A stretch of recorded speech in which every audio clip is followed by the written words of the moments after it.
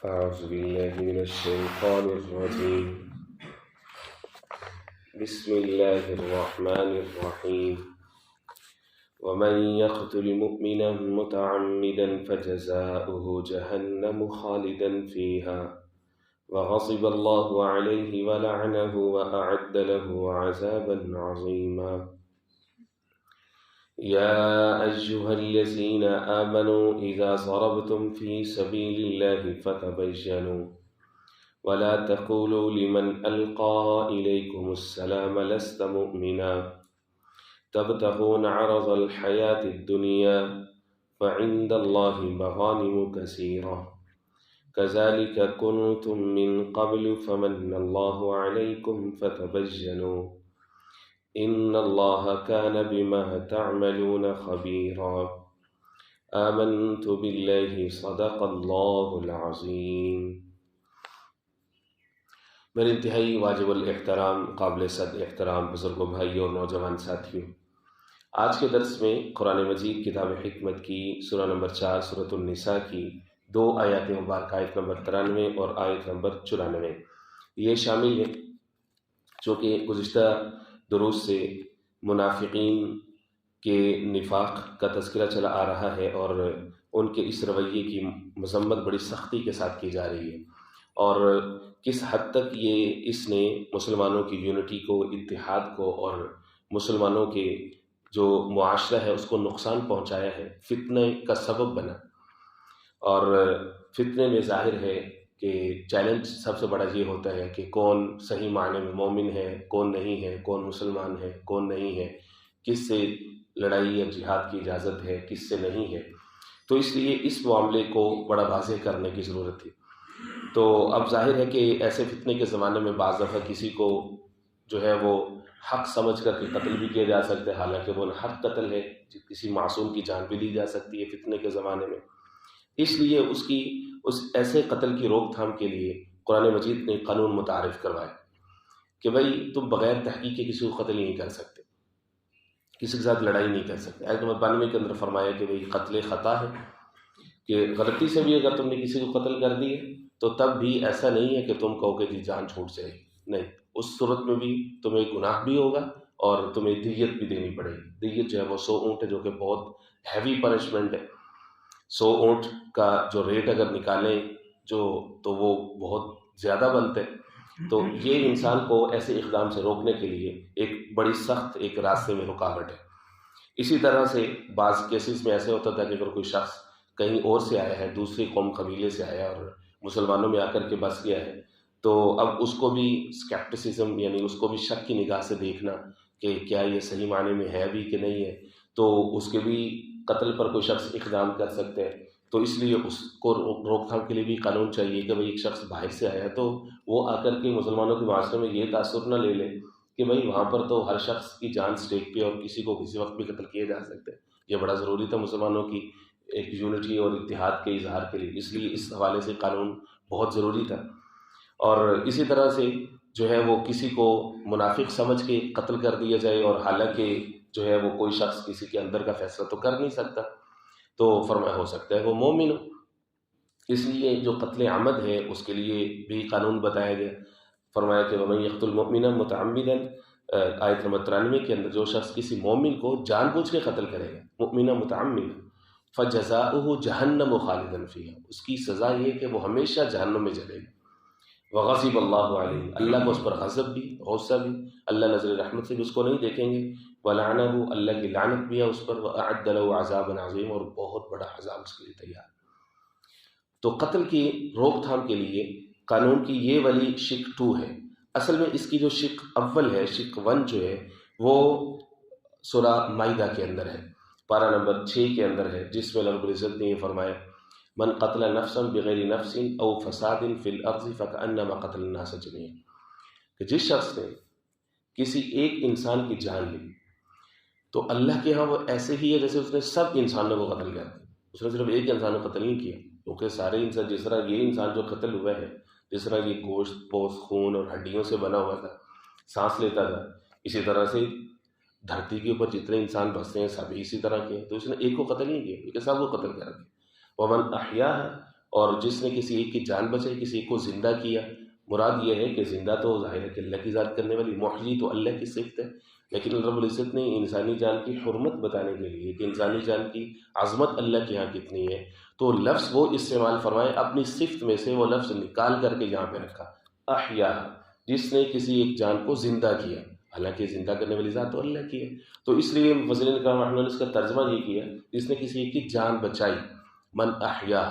تو جان بچانے کی کئی ساری صورتیں ہو سکتی ہیں، مثلا جو ڈاکٹر حضرات ہیں، جو طبیب ہیں، بظاہر ایک شخص کو کوئی مرض لاحق ہے جو کہ جان لیوا ہے، امراض مہلکہ ہے، وہ اپنی تحقیق کرتے ہیں، ریسرچ کرتے ہیں، علاج کرتے ہیں، تو یہ بہت بڑی نیکی ہے۔ تو یہ فرمایا کہ جان بچاتے ہیں، فکانما احیا الناس اجمعین، جان بچانے کی اور کئی ساری صورتیں ہو سکتی ہیں۔ ایک شخص کے اوپر بظاہر قانونی اعتبار سے قتل کا حکم ہے کہ اس شخص کو قتل کر دیا جائے کہ اس نے جو ہے فلاں جرم کیے، لیکن کوئی شخص کے پاس شہادت موجود ہے اور وہ شہادت کو چھپانے کی بجائے آگے سامنے آتا ہے اور اس شخص کی جان بچ جاتی ہے، تو اس نے بھی اپنے عمل سے گویا کہ ایک شخص کی جان بچائی ہے۔ تو اس کی جو ہے وہ متعدد صورتیں ہو سکتی ہیں۔ شیخ سعدی رحمہ اللہ نے اپنی کتاب گلستان سعدی کے اندر جو واقعات لکھے ہیں تو بڑے حیران کن، حضرت کی پوری زندگی ہی جو ہے وہ ایک سمجھ لیں کہ ایک نقطہ عبرت سے عبارت ہے۔ جتنے دنیا کے ویژنری لوگ ہیں اور ریسرچر محققین ہیں، ذہین لوگ ہیں، وہ شیخ سعدی کو ضرور پڑھتے ہیں۔ 30 سال تک انہوں نے اسفار کیے، مختلف بادشاہوں سے ملے۔ گلستان سعدی کی جو سب سے پہلا باب ہے، اس کی پہلی ہی حکایت ہے، یقین اس بادشاہ را شنیتم بکشت نے اسیری اشارت کر۔ وہ کہتا ہے کہ میں نے ایک شخص کو سنا، ایک بادشاہ کے پاس میں بیٹھا ہوا تھا کہ اس کے سامنے صبح صبح ایک قیدی کو لایا گیا۔ بادشاہ صبح آتے تھے تو سب سے پہلے یہی فیصلے ہوتے تھے، کیونکہ بادشاہ خود ہی جج ہے، خود ہی حاکم ہے، خود ہی سیاستدان ہے، خود ہی سارا کچھ ہے۔ تو صبح صبح قیدی لایا، ہر کاری اس کو کھینچ کے لائی قیدی کو، بکشت نے اسیری اشارت کر، اس نے کہا اس کو قتل کر دیا۔ بشارت ذرا حالت نا امیدی، سخت دادن گفت، تو وہ اس نے کہا زندگی تو جا رہی ہے، قتل تو میں نے ہونا ہی ہونا ہے۔ اس نے بادشاہ کو گالیاں دینا شروع کی، جو اس کو آتا تھا اس کی زبان پہ آیا، اس نے قتل سے آگے تو کچھ نہیں، سخت دادن گرفت، اس نے گالیاں دینا شروع کر دی۔ تو وہ جو بادشاہ تھا اس نے اپنے وزیر سے پوچھا کہ یہ کیا کہہ رہے ہیں، یہ شخص کیا کہتے ہیں، چیمی گوہد کیا کہتے ہیں؟ تو وہ وزیر جو تھا وہ بڑا نیک دل شخص تھا، بڑا اچھا تھا۔ تو اس نے کہا کہ بادشاہ سلامت، وہ آپ کی تعریف کر رہے ہیں، وہ آپ کے لیے دعائیں کر رہے ہیں۔ وہ کہہ رہے ہیں کہ بادشاہ کتنا اچھا ہے، کتنا نرم دل ہے، اور اس کی تو میں نے تعریف ہی بڑی سنی ہے، اور دیکھ لینا میرا دل یہ کہتا ہے یہ مجھے عنقریب معاف کر دے گا، مجھے میرا اعزاز و اکرام کرے کہ مجھے چھوڑ دے گا۔ تو بادشاہ نے کہا اچھا چلو ٹھیک ہے، اس کو چھوڑ دو۔ تو وہ چھوڑ گئے۔ اب یہ جو وزیر تھا اس کا ایک اینٹی وزیر تھا۔ بادشاہ اپنی حرکتوں سے نہیں مارے جاتے، ہمیشہ ارد گرد کے وزیروں سے مارے جاتے ہیں، جو کہ اس لیے بڑا ضروری ہوتا ہے۔ جس شخص کو رب العزت زمام حکومت یا کوئی اقتدار دے، کوئی عہدہ دے، تو اس کو سب سے پہلے دیکھنا چاہیے کہ اس کے ارد گرد لوگ کیسے ہیں، اس کے مشورہ دینے والے لوگ کیسے، مشورہ دینے والے ہمیشہ ڈبوتے ہیں۔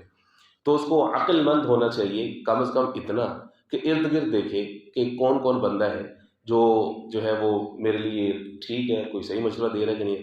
حضرت علی رضی اللہ تعالیٰ عنہ سے کسی شخص نے پوچھا کہ حضرت یہ فرمائیں کہ جو پہلے 3 خلفاء تھے، خلفائے ثلاثہ کے زمانے میں امن تھا، جب بکر صدیق رضی اللہ عنہ، عمر فاروق سیدنا عثمان غنی، جب سے آپ تخت خلافت پہ آئے ہیں مسلمانوں کی آپس میں سول وار چل رہی ہے، مسلسل لڑائی چل رہی ہے، ایک جنگ سے فارغ ہوتے ہیں، دوسری سے فارغ ہوتے ہیں، تیسری۔ حضرت کیا وجہ ہے؟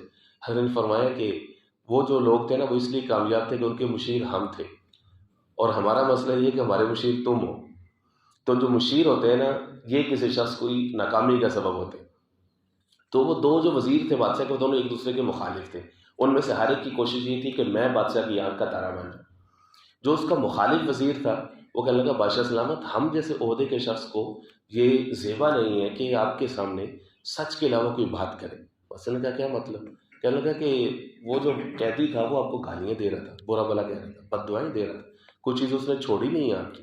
اور اس شخص نے ٹرانسلیٹ یہ کی ہے کیونکہ وہ آخری اپنا طرف سے پتہ پھینک رہا تھا کہ اب تو بادشاہ اس وزیر کو ختم کرے گا، یہاں سے وزارت سے ختم کرے، کہ وہ گالیاں دے رہا تھا، اور اس نے اس کی ٹرانسلیشن یہ کی کہ وہ آپ کو دعائیں دے رہے۔ جو بادشاہ تھا وہ بڑا سمجھدار تھا، تو وہ بادشاہ کہنے لگا کہ اس کا جو جھوٹ تھا وہ مجھے تیرے سچ سے زیادہ پسند آیا۔ وزیر نے کہا کہ جی کیا مطلب؟ بادشاہ نے کہا کہ اس کا جھوٹ کسی کی جان بچا رہا تھا اور تیرا سچ کسی کی جان لینے کے لیے، تو اس لیے سچ کب کہاں پہ کیسے بولنا ہے اس کے لیے بھی ایک آرٹ اور حق کی ضرورت ہے۔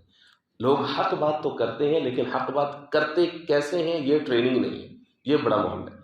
یا تو لوگ سرے سے جھوٹ بولتے ہیں، ان کو تو ایک سائڈ پہ رکھیں، لیکن جو سچ بولنے والے ہیں ان کو بھی سچ کی ٹریننگ نہیں ہوتی کہ کیسے بول لیں۔ تو جو شخص کسی کی جان بچاتا ہے، فرمایا ومن احیاها فکأنما احیا الناس جميعا، تو وہ ایسے ہی ہے جیسے اس نے پوری انسانیت کی جان بچائی۔ اس کے ساتھ اگر ہم سورۃ البقرہ کی وہ آیت ملائیں پارہ نمبر 2 کی، تو یہ قانون سمجھے مکمل ہو جاتا ہے قتل عامد والا، جس میں رب العزت نے واضح طور پر لائن دے دی ہے، ورڈکٹ دی ہے، یا ایھا الذین آمنوا کتب علیکم القصاص فی القتل، اے ایمان والو جو مقتولین ہیں ان کے بارے میں قصاص اللہ نے تم پر لکھ دیا ہے۔ یہ قرآن مجید کی خاص اصطلاح ہے کتابت، لکھ دیا گیا ہے، مراد یہ ہے کہ اب تم پر فرض ہے، یہ تم نے کرنا ہے۔ جیسے جو سیام ہے ان کے بارے میں یہ کہا گیا یا ایھا الذین آمنوا کتب علیکم الصیام، تم پر روزے فرض کر دیے گئے۔ میرا مطلب ہے کہ اب اگر تم اس میں کوئی کوتاہی کرو گے تو تم اللہ کے مجرم سمجھے جاؤ گے اور اللہ کے حق کو ضائع کرنے والے سمجھے جاؤ گے۔ مقتولین کو فرمایا کہ قصاص واجب ہے، یہ قصاص کو قائم کرنا مسلمانوں کے جو بھی مقننہ ہے، جو بھی گورننگ سسٹم ہے، جو بھی مسلمانوں کے جو حکام ہیں، امراء ہیں، ان کی سب سے بڑی ذمہ داری یہ ہے کہ اس قانون کو نافذ کریں۔ آگے ایک آیت میں اللہ فرماتے ہیں وَلَكُمْ فِي الْقِصَاصِ حَيَاتٌ۔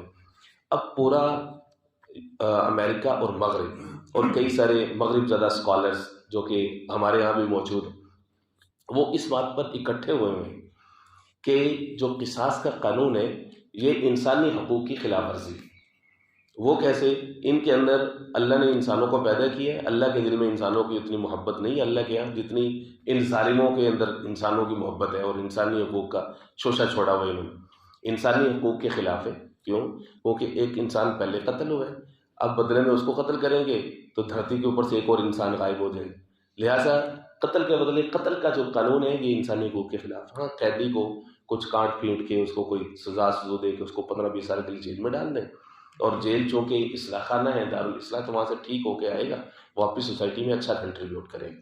یہ ہے ان کا منتر۔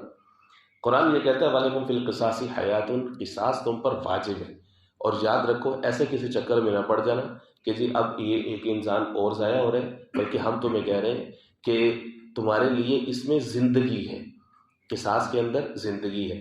اب بظاہر تو ایک اور انسان قتل ہو رہا ہے، زندگی کہاں سے آ رہی ہے؟ اس میں تو موت آ رہی ہے ایک اور انسان کی، اللہ نے فرمایا زندگی ہے۔ اب زندگی کیا ہے کہ بھائی اس میں باقی انسانوں کے جینے کا سبب ہے کہ جو شخص قتل کر رہا ہوگا اقدامی قتل سے پہلے وہ 1000 دفعہ سوچے گا کہ میں اس کو قتل نہیں کر رہا بلکہ اپنی جان کو اس کے حوالے کر رہا ہوں، اس کے بعد مجھے بھی قتل ہونا ہے۔ یہ جب تک تھریٹ نہیں آئے گا انسان کے دل میں تب تک کسی انسان کی مال جان عزت حرمت محفوظ نہیں ہے کسی کی۔ اس لیے اللہ نے فرمایا کہ تمہارے لیے اس کے اندر زندگی ہے، اور اس کے اندر اللہ نے فرمایا کہ تمہارے لیے رحمت ہے۔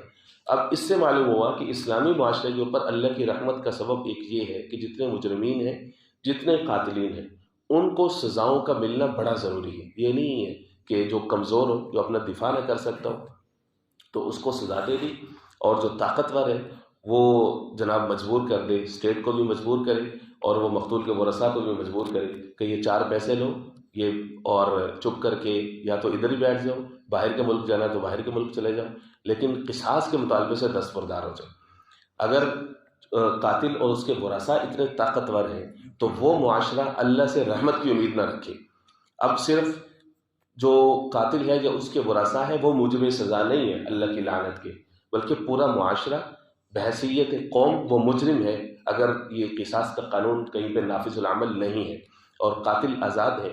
کیا مطلب کہ کسی شخص کی مال جان حرمت کسی کی کوئی محفوظ نہیں ہے، کوئی بھی شخص اٹھے گا اور ذاتی بدلہ لینا شروع کر دے گا دوسرے کو، جس شخص کو، چونکہ جہاں پر بھی قانون نافذ نہیں ہوگا، مجرم کو سزا نہیں ہے، جہاں پر مجرم یہ یقین رکھتا ہے کہ وہ کسی بھی طریقے سے قانون سے بچ سکتے ہیں تو وہ کبھی بھی کرائم فری اسٹیٹ ہو سکتی ہی نہیں۔ پکی ٹھکی بات، انسانی فطرت ہے کہ اگر اس کو جارح مزاج چھوڑ دیا جائے تو پھر تو وہ کچھ نہیں چھوڑتا، کیونکہ اس کے اندر اللہ نے ایک ملکہ رکھا ہے، مال کی چاہ رکھی ہے، حب جاہ رکھی ہے اس کے اندر، اسی طرح سے اس کے اندر اور کئی ساری خواہشات رکھی ہیں، تو وہ کیسے رکے گا؟ نہیں رکے گا۔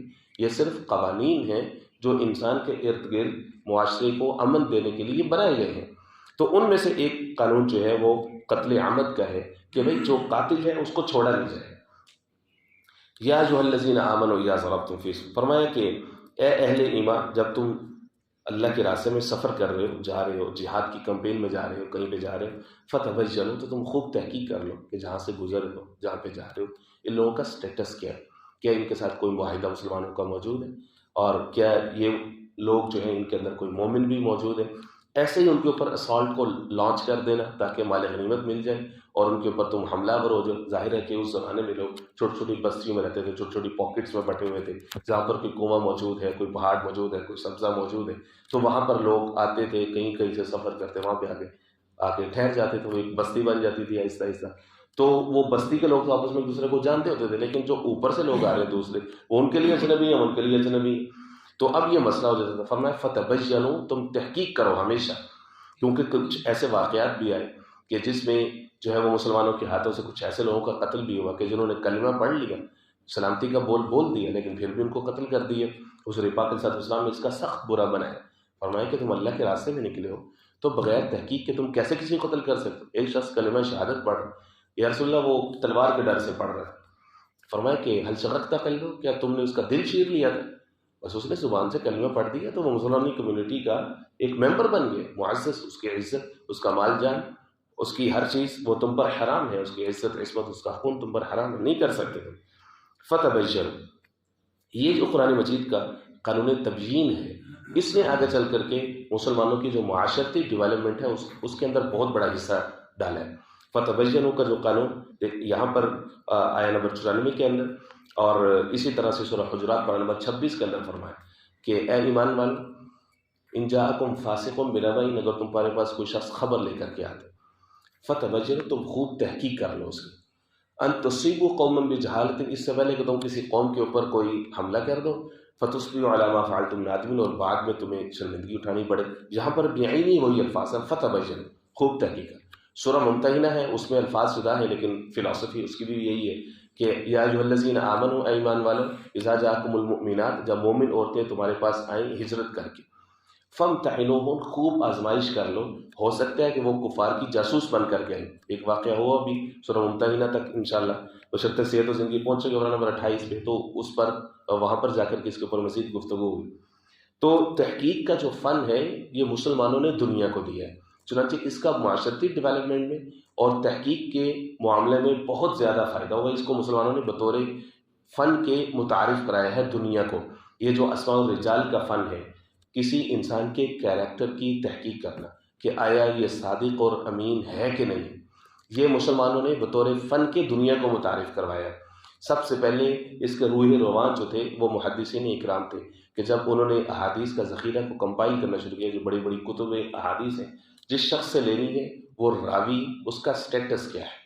اب ظاہر ہے کہ دور کہیں جو ہے وہ 1000 کلومیٹر پہ بیٹھا ہوا ہے، دور کہیں کسی اور ملک خطے میں بیٹھا ہوا، ایک شخص ادھر سے ٹریول کرے گا، خراسان سے ٹریول کرے گا، بخارا سے، ترمذ سے ٹریول کرے گا، ازبک سے ٹریول کرے گا، وہاں جائے گا، اس شخص کو پہلے تحقیق کرے گا، پھر اس نے جانچنا ہے اس کو، اور پھر اس نے کوئی اور مقصد بھی اس میں شامل نہیں کرنا، اس کے پاس سے کچھ کھانا پینا نہیں ہے، نہ اس کے علاقے سے کسی کی مہمان نوازی قبول کرنی ہے اس نے، کیونکہ وہ حضور پاک صلی اللہ علیہ وسلم کی حدیث لینے کے لیے آیا اس کے پاس سے۔ اگر کوئی کچھ کھا لیا تو اس حدیث کی تلاش میں کوئی اور مقصد جمع ہو گیا، اب اس کو ڈر یہ ہے کہ میرے اخلاص میں کمی نہ آ جائے۔ اتنی بڑی خدمات ہیں محدثین اکرام رحمہ اللہ کی، اور آج لوگ بڑی آسانی سے بیٹھ کر کے کہہ دیتے ہیں کہ جی یہ حدیثیں تو 100 سال کے بعد لکھی گئی تھیں، یہ تو بنو امیہ نے لکھوا دی تھیں، یہ تو ہوائے نفس اس کے اندر شامل ہے، یہ تو سارے تاریخی واقعات ہیں۔ اتنا آسان نہیں ہے حدیث پاک کو جو ہے وہ اس طرح سے ڈینائی کرنا۔ تو تحقیق کا فن مسلمانوں نے دنیا کو دیا، اسماء الرجال سب سے بڑی اس کی مثال ہے۔ فرمایا فتبین، خوب تحقیق کر لو، ولا تقولوا لمن القى الیکم السلام لست مؤمنا، اور نہ کہو ایسے شخص کو جو تمہاری طرف سلام کو ڈالے۔ سلام ڈالنے سے مراد یہ ہے کہ وہ یا تو سلامتی کا پیغام دے دے، یا جو اصطلاحی انداز ہے السلام علیکم کہہ دے، لست مؤمنا، یہ مت کہو کہ تم مومن نہیں۔ تب تبغون عرض الحیات الدنیا، تم دنیا کا مال چاہتے ہو کہ ان کو قتل کر دیں گے تو مال غنیمت مل جائے گا۔ فعند اللہ مغانم کثیرۃ، یاد رکھو کہ اللہ کے یہاں بہت بڑی بڑی غنیمتیں ہیں، بڑے انعامات ہیں۔ کذالک کنتم من قبل، تم بھی تو پہلے ایسے ہی تھے، حالت کفر میں تھے، فمن اللہ علیکم، اللہ نے تم پر احسان کیا، دولت اسلام سے نوازا۔ ایک دفعہ پھر فرمایا فتبینوا، تحقیق کر لیا کرو کون دشمن ہے، کون اپنا ہے، کون پرایا ہے، ہر ایک کے ساتھ لڑائی نہیں۔ ان اللہ کان بما تعملون خبیر، بے شک اللہ جو تم عمل کرتے ہو اس پر خبر رکھتے ہیں۔ اللہم صل علی سیدنا، بسم اللہ الرحمن، اللہم صل علی محمد وعلى آله وأصحابه وبارك وسلم تسليما كثيرا كثيرا۔ اللهم نور قلوبنا بالقرآن وزين أخلاقنا بالقرآن وأدخلنا الجنة بالقرآن ونجنا من النار بالقرآن يا رحيم يا رحمن يا رحيم۔ اللهم اشف مرضانا ومرضى المسلمين، صلى الله تعالى على خير خلق